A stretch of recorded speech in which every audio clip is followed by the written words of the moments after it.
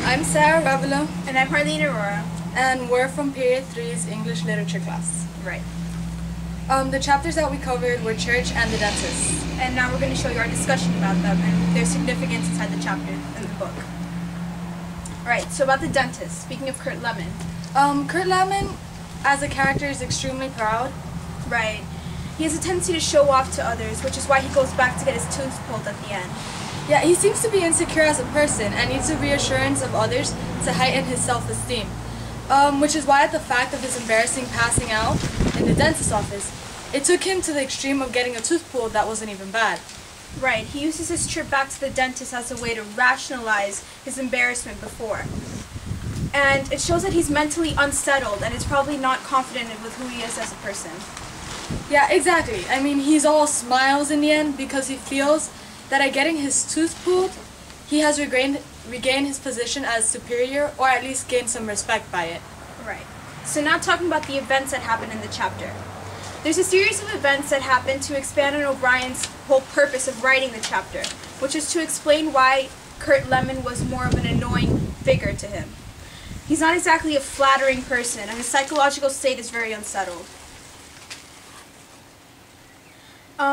The fact that he fainted shows that everyone has a weakness, and so does he.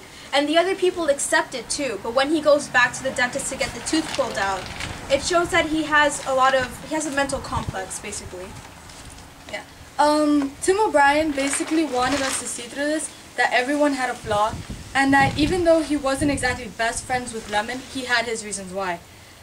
He tells the story as to safeguard from getting sentimental because previously Lemon passed away, and he needed to show that Lemon was human just like anybody else, and that his major flaw was trying to pretend that he didn't have any flaws, that he was invincible. In a sense, he built himself up, but it was all a facade. Right. So now moving on to Church. Speaking first of Dobbins. Well, okay, Dobbins is an interesting character in the sense that he's kind of a superstitious person carrying around his girlfriend's pantyhose around his neck for luck. But in Church, you see the irony in the fact that he wants to become a minister, and yet they're in war and they have their base camp stationed in a pagoda. So, I mean, I don't know, what do you think? I think that Dobbins is a very contradictory character. He admits to not being religious, he admits to not liking churches, but yet he thinks about being a minister.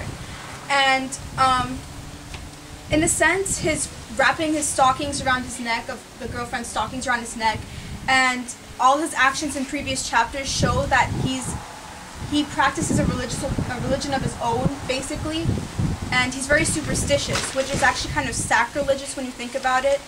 And it shows that he's not really the right person to be a minister. And he also asserts later on in the chapter that every man should be decent, and being a minister is about being decent and nice to other people, which is a big contradiction considering that he's a soldier and he's killing people, and his actions towards the monk aren't exactly nice either. Yeah, I mean, Dobbins himself is a complete contradiction. Moving on to Kiowa. Right. Kiowa is characterized as a very good-natured and generally nice person. And that's also a very large contradiction considering that he's a soldier and it's not a very nice atmosphere around him anyways. Yeah, definitely. Kiowa is usually the favorite in the book, mostly because he's a nice person. He's definitely religious, but he doesn't want to become a minister like Dobbins, and his good nature is contradictory to his being a soldier. And it's made quite clear at his remarks that this is extremely ironic because he gets mad at being set up in a church. Right. And the thing is, it's not exactly surprising that he doesn't want to be a minister because there are a lot of religious people in the world, but that doesn't mean that everyone wants to be a figurehead for the church. But he certainly shows a contrast to who Dobbins' character is, and in a lot of ways he's a foil to Dobbins. Yeah, in many ways he is a foil to Dobbins. They contradict in nearly every sense of the word. And also, just a thought is that Kiowa is the only one that's specifically pointed out to be Indian.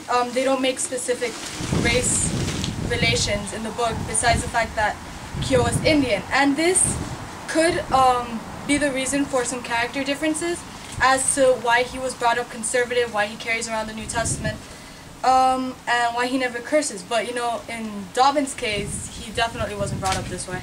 That's actually a good point, because Tim O'Brien might have that as one of his themes in the book, which kind of shows that an upbringing and the way a person was raised and the culture they come from actually do affect what they become and how their character develops in their adulthood.